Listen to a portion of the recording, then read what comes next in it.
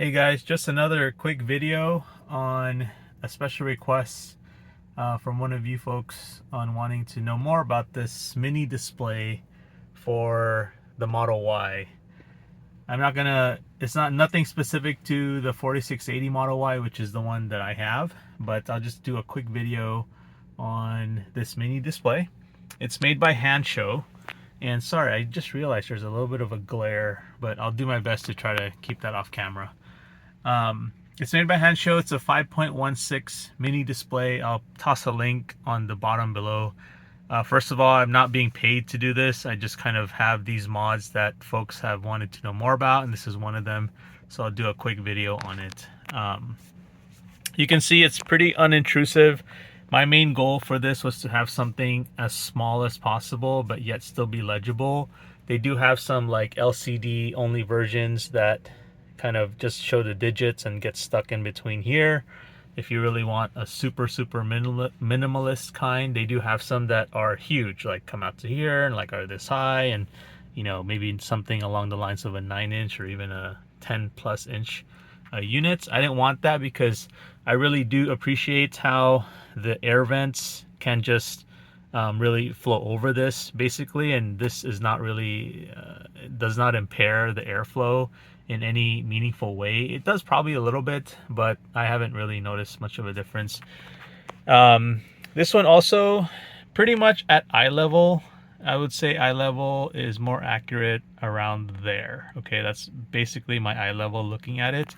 So this is going to vary slightly based on your seating position and your steering wheel adjustment and everything, but more or less at eye level, the whole thing is pretty legible.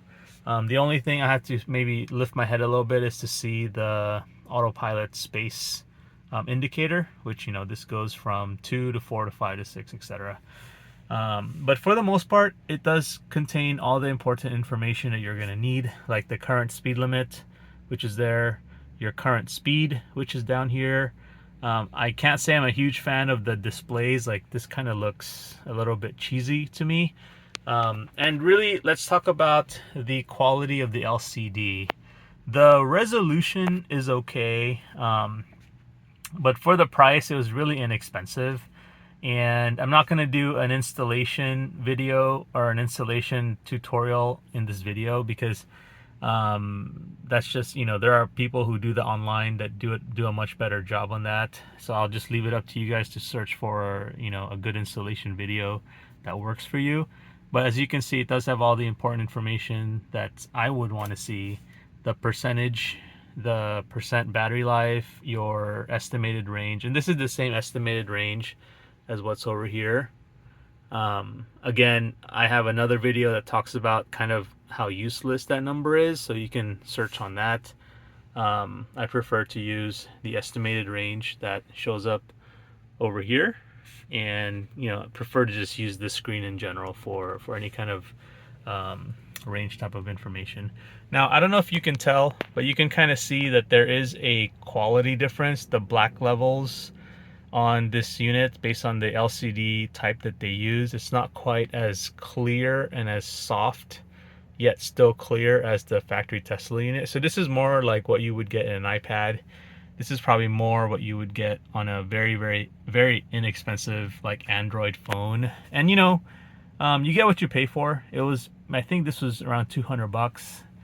Definitely search and do a quick search for Hansshow on Google to see like what are all the available coupons out there. I was watching a YouTube video that had, you know, that YouTuber specific coupon, but if you just do a search, you actually find like better ones that you can use. So unless you're completely loyal to that YouTuber, again, I don't make any money out of this, so I don't really care what you guys do, but you can find and search for like a 20 or 25% coupon out there. All right, so make sure you do that. This does have different views. So if you hold this to the right, let's see, let's do that real quick. Hold and press. So then you'll have the different selections here. And what it is I'll just go through this real quick. Temperature, Fahrenheit or Celsius, your time adjustment. I'm in the West Coast, Los Angeles time zone. The theme is auto or bright or dark, and this is basically the illumination. I keep it on auto. It's pretty good. Whenever, you saw that this is in white, but if you're familiar with Teslas, this turns into dark mode whenever it is that it decides to turn into dark mode. Well, the good thing is when this turns into dark mode, this turns into dark mode immediately if it's in this auto setting. Like, it doesn't have its own photo optic sensor. It basically follows exactly what the screen is doing for that. So, those weird times in the day, this isn't going into dark mode sooner or later than that one. They both kind of pair up and match, which is good.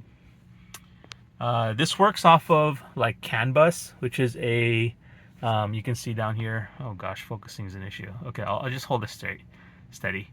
You can see down here that obviously PSI or what was the other one? Bar. And this is CAN. I don't even know what this does, but this unit is already pre-wired, meaning they provide the different harnesses for you where it's all virtually plug and play, which is really great. I found that actually very convenient. The instructions pretty much suck, so you'll have to just figure it out based on the photo diagrams that they give you, but I was able to figure out without any huge difficulty. So the CAN, basically the CAN protocol, this works off of most vehicles these days use the CAN bus and use some kind of CAN protocol to communicate. So this piggybacks off of that, which is good because it basically, whatever speed the car is telling this unit, it's gonna display the same thing as it's basically reading off the same signals. You don't need to know anything about CAN, just know that it's digitally locked into your car via that protocol if you care. So again, there's miles versus kilometers, English and some other language, 12-hour format. This 12-hour format actually doesn't work in dark mode. It is, I'm gonna open this door because I just got a warning that my phone is too hot. So I'm gonna turn on the AC. Sorry guys, it's gonna be loud. I hope you can be patient, but if I don't do this, my phone is probably going to shut down on me. I'm like sweating here. So anyway, real quick, the 12-hour format doesn't really work. It shows a 24-hour format in dark mode. That's a bug that I complained to them about, but even till this day they just ignore me. So I'm on UI 2 right now. This is UI 1, and I'll show you what that is.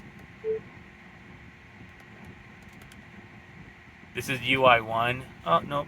Yeah, this is UI 1, which does not show the PSI, the tire PSI on this side. It just shows more of the autopilot information, which is kind of useless for me. I much prefer to see the PSI, tire pressure PSI, as opposed to pretty much anything else. That was really the main reason. There's two reasons why I got this. I like to monitor my tires PSI because that maximizes my range, and I don't like having, tires that are low on air. And I also wanted to see the speed from right below like eye level instead of having to look over to the side and have it shown over here. So that was my main reason why I got this unit. It's been pretty good, I must say. It was worth the money. It was only $200, but it's not like super really like amazing quality, especially the the LCD that they use. Okay, so back to the normal one. I guess I could show you dark mode. Let me just do that really quick. Theme dark. Exit. That's dark mode. I know it's hard to see. It's actually pretty alright. So you can see right here at the top it's still the 24-hour format, so that's a bug. Let me just turn it back to auto.